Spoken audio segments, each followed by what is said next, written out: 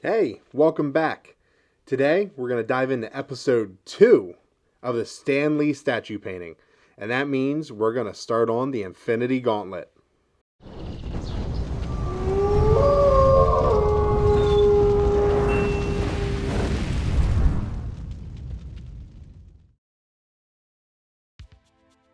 With great power comes great responsibility. Many of you have heard that before, whether you're a fan of the cinematic universe, Spider-Man, comic books in general. You've probably heard that phrase. That phrase also ties in to the hobby world. Whether you're building a character for D&D, or you have a special lieutenant or sergeant or whoever, special character for your army, you have the power to name them. Now you can name them anything you want. You can name them something so epic, so cool, or you could go the opposite direction and name it something super lame. It's up to you. You have that power, and use that power responsibly. Now, before we dive into the video, I have another small clip from Web of Stories. Now this clip is from a Stan Lee interview called Iron Man and What Set Us Apart from Our Competition. It's a great interview. Check it out. But I just took a small snippet out of it where Stan Lee is talking about the names he came up for some of his characters like Peter Parker. So I hope you enjoy. Once that clip's over, we're going to dive in and we're going to do some painting. I've never been known for my memory. Oh, speaking of memory, I've been asked, why do so many of your characters have the same letter in the first name as the second? Peter Parker, Bruce Banner, Reed Richards, and on and on. And the reason I did that is because my memory is so bad, and was and is. If I could at least remember one name, it gave me a clue as to what the first letter of the other name was, so it would make it easier for me to remember it.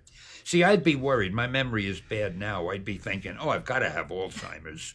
But it's always been bad, so I'm not worried about it. Okay, so last time we painted his shirt, his pants, the base, and the back of the chair. Now today, I think we're going to focus on the main focal point, in my opinion, of this statue, and that's the Infinity Gauntlet. Whether you're a fan of the MCU or Marvel Comics in general, you know how amazing this gauntlet is. It's used a lot. Now, with something this amazing, we're going to come in with some burnt umber, and we're going to coat the whole gauntlet in a good, solid base coat. My plan for this is to dry brush up my metallics to the brightest color. I do want to eventually learn how to do non-metallic metals. That is on my bucket list, but today's not the day for that. We'll put that in our little baggie for next time. I think this dry brushing method does give you not the same effect, but it gives you a pretty good effect for your metallics if you want to go this route.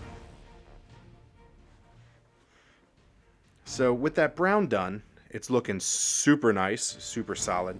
We're going to come in with a bronze color, a somewhat dark bronze. We're going to take our dry brush,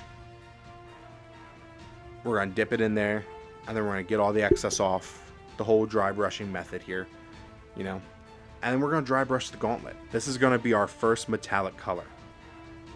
And honestly, at this point, I just dry brush everywhere. The only exception is I want to keep the dark brown in the deepest of recesses to create that shadow. But other than that, I just go to town. Now, I did use a lot of painter's tape to protect what I already painted. And I just feel like I should throw this out there. A little disclaimer. No painting tape trees, whatever they're made from, were harmed in the making of this video. I promise. Now, the other thing. Getting in his palm was probably the hardest thing ever because it's so close to his face. So that was fun. So it looks good. Right here, it looks good. You could stop here and that would be a-okay. That would look phenomenal. But we're going to take it a step further. We're going to come in with our first gold color. We're going to do the same thing. We're going to take a little bit out of the pot, put it on our palette, make sure we have enough. And then we're going to do our little dry brush magic on our paper towel. Get it ready to go. And then we're going to take it straight to the model. Now, this is a little bit different from the first metallic layer. we're going to use a little bit, just a little bit lighter brush pressure. And we're going to try to focus going top down. This way you have your dark brown recesses, and then you have a little bit of bronze, and then you get this gold color. Some areas really don't get the whole top down thing, but try to keep it too top down, and that'll help you with your shadows the most. Other than that, just go to town. Dry brush away. Dry brushing is honestly, I think, a lot of fun. It's one of my favorite techniques.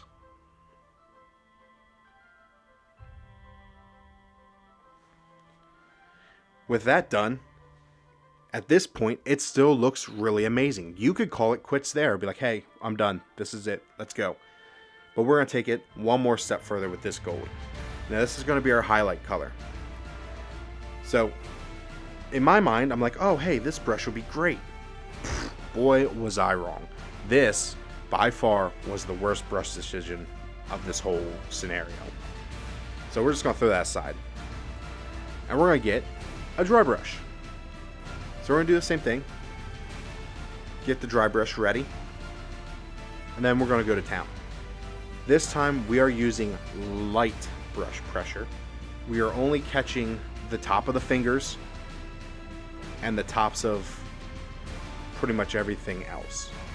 We don't want it to get too much on everything because this is just your highlight color. You still want everything to be, going from darkest to lightest. Even though there really isn't a light source for this statue, you still kind of want to give it that, in my opinion. So light brush pressure over the tops. And this is what you have. For doing this for the first time, I was amazed on how well it came out. To me, it looked amazing. Now, off camera, well, not really off camera, I recorded these, but the files got corrupted somehow. Don't know how, but they did. So I don't have them. I painted the Infinity Stones black. That's our base coat for our Infinity Stones. I also painted the Spider-Man mask and the first book. The first book, I did something new with that as well, which is super exciting. And I'm going to go on my little soapbox talk here for a minute. I created my own decals for this. I found a Spider-Man comic that I really liked on Google. I took it and I turned it into a decal.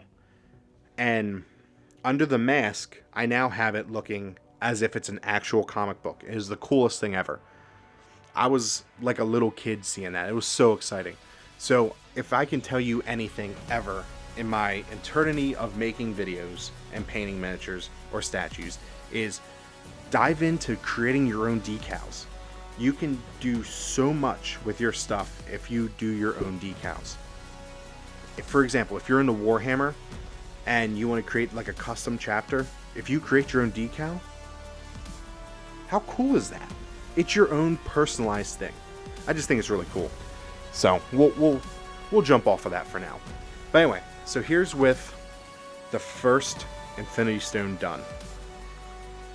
And basically what we're doing is we're taking these colors, we're diluting them down with thinner, we're dabbing them on our paper towel or tissue, get most of the moisture out, and we're glazing over the black. However many layers you want is basically how dark it's going to get. As long as you start at the top and work your way down. This way, your brush will deposit the majority of the paint at the bottom where you want it to be darker. Some of these colors, I will tell you in a minute which one was the worst choice of colors that I had. They took some more layers than the others, which is okay. It all is your preference on how dark you want the colors. I mean, if it's not dark enough or it's too dark, you can always say, oh, that stone was activated. That stone wasn't activated. It's 100% up to you. Also, I found, through my research, is the little white dot thingy. When you do it yourself, that white dot that you put on your gemstones really does make it look as if it's like reflecting light, which is crazy. There's a lot of good content creators out there who demonstrate painting gems, and that they're very helpful. with this being my second time, I think it came out really good. And I don't feel like I really have any room to sit here and explain to you guys how to paint gemstones, but they explain it really well. Now, there's some people out there that don't explain it very well at all, and they confuse the hell out of me, but to each their own. But the whole gemstone thing it's definitely a trial and error, that's for sure. But once you get it down, it does take your stuff to the next level. We're going to come in with some blue. One of my favorite blues, which I know I have a lot of. But this golden blue, the blue hue from Golden, is a lot of fun. It's a lot of fun to use. You do have to play around with it a little bit, but it's definitely worth the pickup. So here's our gems so far, our infinity stones so far. They're looking super good. The next one up, we're going to come in with some alien purple. And obviously thinner. And we're going to thin it down, and we're going to do the same step that we did with all of them. The whole gemstone or infinity stone process right now is just glazing. And glazing is honestly one of the best techniques to master. If you can do glazing, you're golden. Now, some might say that wet blending is the golden technique. But honestly, I don't know that, so I can't really speak on that behalf because I suck at wet blending as of now. Glazing is a lot of fun. There was a content creator, I don't remember who it was, but they described glazing as if you had a tinted sheet of glass, a thin tinted sheet of glass that wasn't like fully tinted, it was just lightly tinted. Let's say green, like slightly tinted green. And you stacked up layer upon layer, it would eventually be green because of all the panes of glass stacked up. And that's kind of the same thing we're doing here. We're putting thin layers of paint down and stacking up the color. That's it. It's a lot of fun. Oh, cough, cough. By the way, this clear green was by far the worst choice in colors for this whole thing. I should have went with something different because it was way too dark. So I guess he just wasn't using that stone that day. But overall, the Gauntlet looks fantastic. I'm really impressed with how it came out. We're going to go over it now with a little bit of gloss varnish. A, to protect it, and B, drop a little bit of shade in there just to kind of emphasize on the recesses.